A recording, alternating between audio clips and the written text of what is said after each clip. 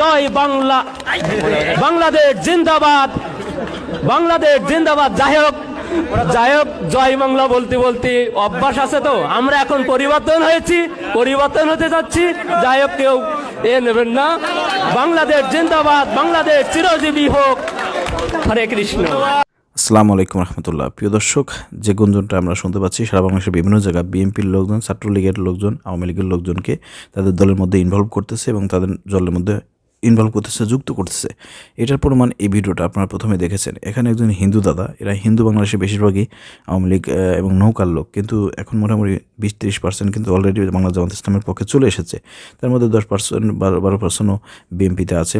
তো বেশিরভাগ হিন্দুরা এখন কিন্তু পিঠ বাঁচানোর জন্য, যারা এতদিন আওয়ামী লীগে, ছাত্রলীগ, যুবলীগের ছত্রছায়া থেকে বিভিন্ন রকম অপকর্ম করেছে, চাঁদাবাজি করেছে, বিভিন্ন অপরাধমূলক কাজকর্ম যারা করেছে এবং ফ্যাসিবাদের দোষী হিসেবে কাজ করছে, তারা কিন্তু এখন পিঠ বাঁচানোর জন্য গা ঢাকা দিচ্ছে এবং বিএনপির দলে কিন্তু তারা ইনভলভ হচ্ছে। বিএনপি এই সুযোগে দলকে ভারী করার জন্য তারাও বিভিন্ন আওয়ামী লীগ, ছাত্রলীগ, যুবলীগের লোকদেরকে কিন্তু দলের মধ্যে ইনভলভ করতেছে। এই কারণে আপনারা দেখতে পেয়েছেন বিভিন্ন জায়গা সমাবেশে সেখানে আওয়ামী লীগ, ছাত্রলীগের লোকজন বিএনপির মঞ্চে কিন্তু আমরা দেখতে পাচ্ছি। পলকের শালিকাকেও আমরা কিন্তু বিএনপির মঞ্চে দেখেছি। এই বিষয়ে কিন্তু এখনও তারেক রহমান কোনো সিদ্ধান্ত গ্রহণ করে নাই, কোনো ব্যবস্থা গ্রহণ করে না। এরকম বাংলাদেশের বিভিন্ন প্রান্তে বিএনপির নেতাকর্মীরা তারা আওয়ামী লীগ, ছাত্রলীগের লোকদেরকে নিয়ে টানাটানি করতেছে, দলের মধ্যে ইনভলভ করতেছে।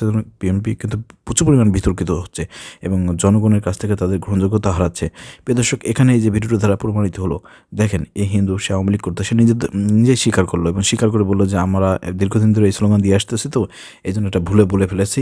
পরে তিনি আপনার বিএনপির স্লোগানটা দিল। প্রিয় দর্শক, এভাবেই আপনার চলতেছে সারা বাংলাদেশের বিভিন্ন প্রান্তে। বিএনপির লোকজন আওয়ামী লীগ, ছাত্রলীগ, যুবলীগের লোকদেরকে বাঁচানোর জন্য, তাদের পিঠ বাঁচানোর জন্য এবং তাদের দলকে ভারী করার জন্য তাদেরকে তাদের দলের মধ্যে ইনভলভ করেই যাচ্ছে। তো আমি মনে করি দেশের জনগণকে এবং দেশে যারা আছেন আপনাদেরকে সিদ্ধান্ত গ্রহণ করতে হবে। এরা ফ্যাসিবাদের এই দোষদেরকে, আওয়ামী লীগ, ছাত্রলীগদেরকে পুনর্বাসন করার চেষ্টা করতেছে, তাদেরকে দলের মধ্যে ইনভলভ করতেছে। আসলে বিএনপি ক্ষমতা আসলে পর কী হবে না হবে, এগুলো আপনাদেরকে একটু সিদ্ধান্ত গ্রহণ করতে হবে। এইভাবে সিদ্ধান্ত গ্রহণ করে আগামীতে আপনাদেরকে ভোট প্রদান করতে হবে।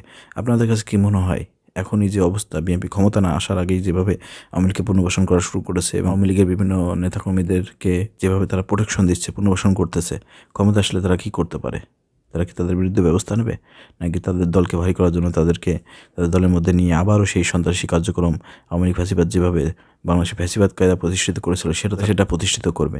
আপনার কি মনে হয়? এই বিষয়টা একটু চিন্তা করবেন এবং কমেন্ট করবেন। ধন্যবাদ। আসসালামু আলাইকুম রহমতুল্লাহ।